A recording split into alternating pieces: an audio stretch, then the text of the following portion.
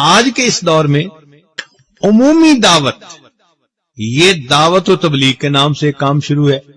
حضرت مولانا الیاس رحمت اللہ علیہ کو اللہ رب العزت نے کام کی ایک ترتیب سجھا دی آج کے زمانے کے طور پر، چنانچہ سے روزہ اور چلہ اور 3 چلے اور 9 مہینے 7 مہینے سال، یہ ایک ترتیب اللہ نے ان پر کھول دی جس میں اللہ نے برکت ڈال دی۔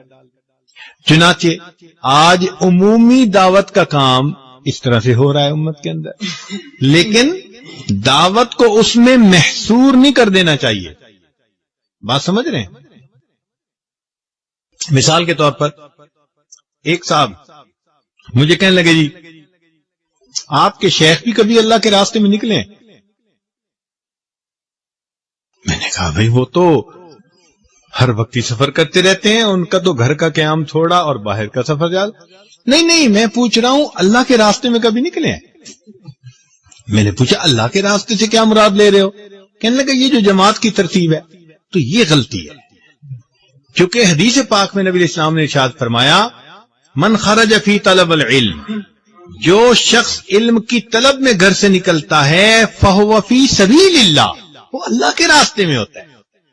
تو جب اللہ کے حبیب فرما رہے ہیں کہ جو طالب علم گھر سے علم طلب کرنے کے لیے نکلتا ہے وہ اللہ کے راستے میں ہوتا ہے، تو اس کو پھر جماعت کی ترتیب کے اندر محصور کر دینا یہ پھر غلطی ہے۔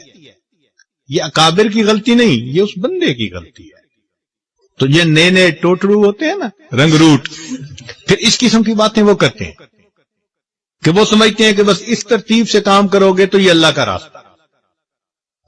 میں نے اس سے ایک سوال پوچھا، میں نے کہا کہ بھئی یہ بتاؤ کہ آپ جو سمجھ رہے ہو کہ جو ترتیب حضرت مولانا الیاس رحمت اللہ علیہ کے اوپر اللہ نے کھولی یہ اللہ کا راستہ ہے، تو پھر نبی علیہ السلام سے لے کر مولانا الیاس رحمت اللہ علیہ تک کے درمیان کے حصے میں لوگ اللہ کے راستے میں نہیں نکلا کرتے تھے؟ بھئی نبی علیہ السلام سے لے کر حضرت مولانا الیاس رحمت اللہ کے کام کھلنے سے پہلے تک درمیان کی امت بھی تو دعوت کا کام کرتی رہی نا۔ تو پھر اگر اللہ کا راستہ اسی پر ہم لگا دیں گے تو پھر درمیان کے لوگ کدھر گئے؟ تو اب وہ جا کے پھر اس کو بات سمجھ میں آئی۔ تو پھر میں نے کہا بھئی دعوت کے انداز ہوتے ہیں، صبح کو جو عالم فجر میں مسجد میں بیٹھ کے درس قرآن دیتا ہے وہ بھی دعوت کا کام ہے، جو شام کو درس حدیث دیتا ہے وہ بھی دعوت کا کام ہے، جو امت کے واعظ جمعہ پڑھا رہے ہیں بیانات کر رہے ہیں یہ بھی دعوت کا کام ہے، جو مشائخ لوگوں کو اللہ کی طرف بلاتے ہیں یہ بھی دعوت کا کام۔ یہ انداز ہے مختلف، اس کو محصور نہیں کر لینا چاہیے۔ ہاں یہ ضرور کہنا چاہیے کہ عمومی دعوت کا کام اللہ رب العزت نے اس وقت جماعت کے ذریعے سے لیا ہے، اور ان کے لیے دعوت یعنی اس کے لیے خود بھی دعا کرنی چاہیے اور جتنا بھی ان کے تعاون ہو وہ کرنا چاہیے۔ یہ تو بات اپنی جگہ ٹھیک ہے۔ اسی لیے کہتے ہیں کہ مولانا یوسف رحمت اللہ علیہ حضرت مولانا احمد علی لاہوری رحمت اللہ علیہ سے آ کر ملے جو رئیس التبلیغ تھے، تو انہوں نے آ کے اپنے کام کے بارے میں کچھ بتایا۔ تو مولانا احمد علی لاہوری رحمت اللہ علیہ نے ایک بات بتائی، فرمایا کہ جب تمہیں اپنی بقا کے لیے دین کے دوسرے شعبے کے لوگوں کا فنا ہونا ضروری محسوس ہوگا تو یہ تمہارا گمراہی کی طرف پہلا قدم ہوگا۔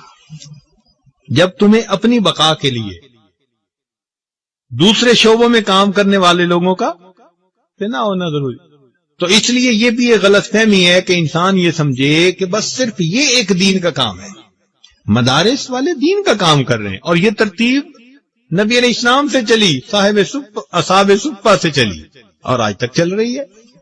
تو اس لیے طلباء کے ذہن میں یہ بات کھلی ہونی چاہیے کہ دعوت کا کام اللہ کی طرف سے منصوص قرآن و حدیث میں بتا دیا گیا ہے، لیکن طریقہ کار اللہ نے امت کے لیے کھلا چھوڑ دیا ہے۔ ہاں یہ ہے کہ دعوت کا طریقہ نور نبوت سے ماخوذ ہونا چاہیے، انداز نبوت کے خلاف نہیں ہونا چاہیے۔